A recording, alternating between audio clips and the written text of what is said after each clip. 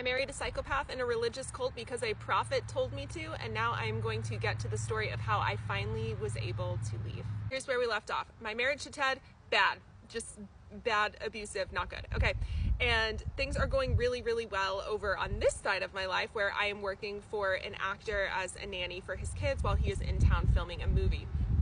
And something very exciting happened during this time. They ended up approaching me and saying that filming was going to be ending soon, but they asked if there was any way that I would move out to LA to be their nanny.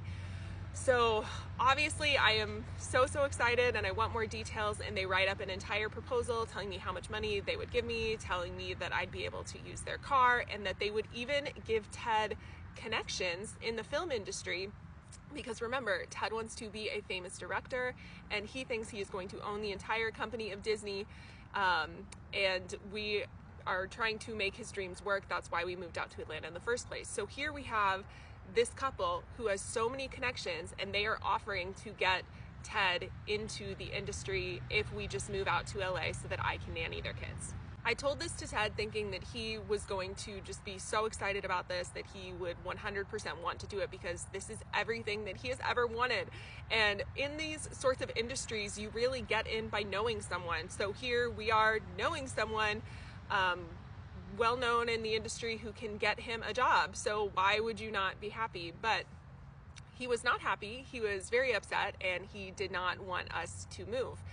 So we shelved this conversation for a while, but essentially the reason that he was not all about this, and it's so crazy, Ted could be so honest, like so honest, about his true intentions. So he told me, I am afraid that we are going to move to LA, you are not going to be a Christian anymore, and that you will leave me for somebody else, or you will just realize that you don't need me anymore because you will be so independent.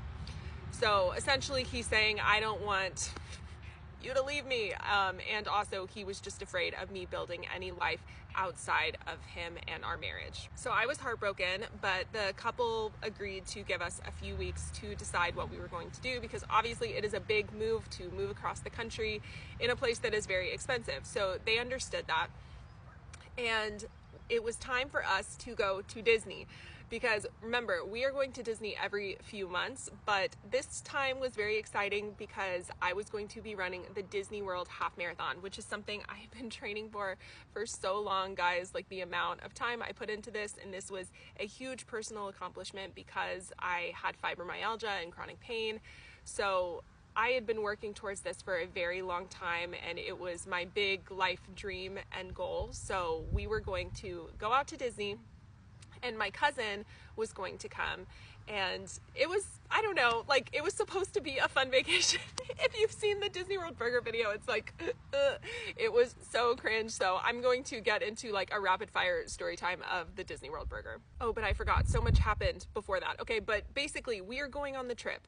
The vibes are bad. Like, I thought that this would be fun. We are at the most magical place on earth, and the vibes are just not vibing, and it feels like Ted is upset with my cousin, and that every time my cousin's like, maybe we should go ride this ride. No, I don't want to. And he was like super moody and weird, and to the point where my cousin pulled me aside and was like, is everything okay with Ted? Because he thought that they were friends, but I guess not. And here's like another thing. I've never shared this before because it's just so ridiculous. Ted used to not let me text my cousin after a certain time of night because he said it was inappropriate. So there's this weird vibe of Ted like insinuating that there's something with my cousin. Okay, and he's like, you can't text him late at night. That makes me really uncomfortable. And I'm like, he's my cousin. Like, and he was almost raised like a brother. Like, this is brother vibes, okay? But he is jealous, and remember, he was jealous of my dad too. So there's some weird stuff going on. Not only that, Ted had communicated that he thought that my guy cousin had a crush on him, Ted, which I assure you he did not, okay? So at the same time, I'm like, which one is it? Does my cousin have a crush on me, or does my cousin have a crush on you? Like, I don't understand what is going on. And Ted is just living in this like very strange world. So he's acting out and not being very nice on this trip. And my cousin is obviously bummed. He spent all this money, but he was going to run the race with me the next day. Now, what I didn't share in the burger story was that there was it's a freaking huge bird. There was a very weird thing that happened the day before, and y'all are gonna be like, what the heck is wrong with Ted? Okay, so if you've gone to Disney, you know you need to get like these fast passes and sometimes, or like the lightning lanes. And for the newer rides, you need to like wake up really early and get on the app and try to get these passes because they go very quickly. Like there's no standby line. So if you want to ride these rides, you have to be very dedicated and try quickly to get a spot, and sometimes you're not going to get it. So while we are on this trip, I think the new Star Wars ride had just come out in Hollywood Studios, and it was still on that sort of queue. So Ted was going to wake up really early and he was going to get us all passes. So he ends up telling us that he was not able to get us all passes, but he was able to get himself a pass. And I honestly didn't think anything of it at the time because I know it's very hard to get these passes, but he essentially just said like, oh, there was only one spot, or like they weren't able to get it for us. So I was like, okay. So he had a specific time that he was allowed to go to get in the queue.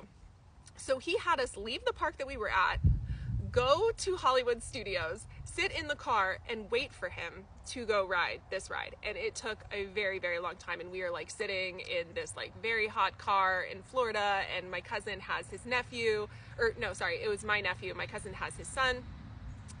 And we're just waiting for Ted to ride this ride. But we're like, I mean, we understand why he wants to ride it, so we're trying to be positive about it. Later that night, we're lying in bed. It is the night before the half marathon. So guys, remember that these races, they start, like you have to wake up at 3 a.m, maybe, to get there and be in line at the right time. So I needed to get to bed early, and remember, I need good sleep. So I am laying in bed trying to go to sleep at like 8 o'clock to try to get some good rest. And I say to him, oh, it's such a bummer that we weren't able to ride the ride today. Like, I'm glad you had a good time, but it's a bummer that we weren't able to ride it. And he said, you could have ridden it. I just chose not to.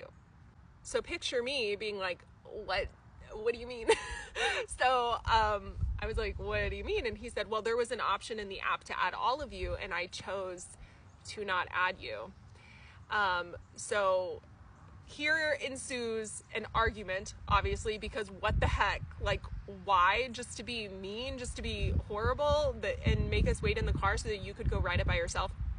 So this huge argument starts, but I keep telling him, like, can we please just go to bed? And he like would not explain his thought process. I was like, why did you do that? Why did you do that? And he's like, you know, and he is not letting me go to bed, because eventually I say, let's just go to bed. We're not going to make up over this because this is just not right. And he would not let me go to bed. So follow for the next part. I am going to talk about the race. I'll put pictures, and I'll put pictures of the burger. And then we'll get into the Walt Disney World burger story that led to us getting divorced.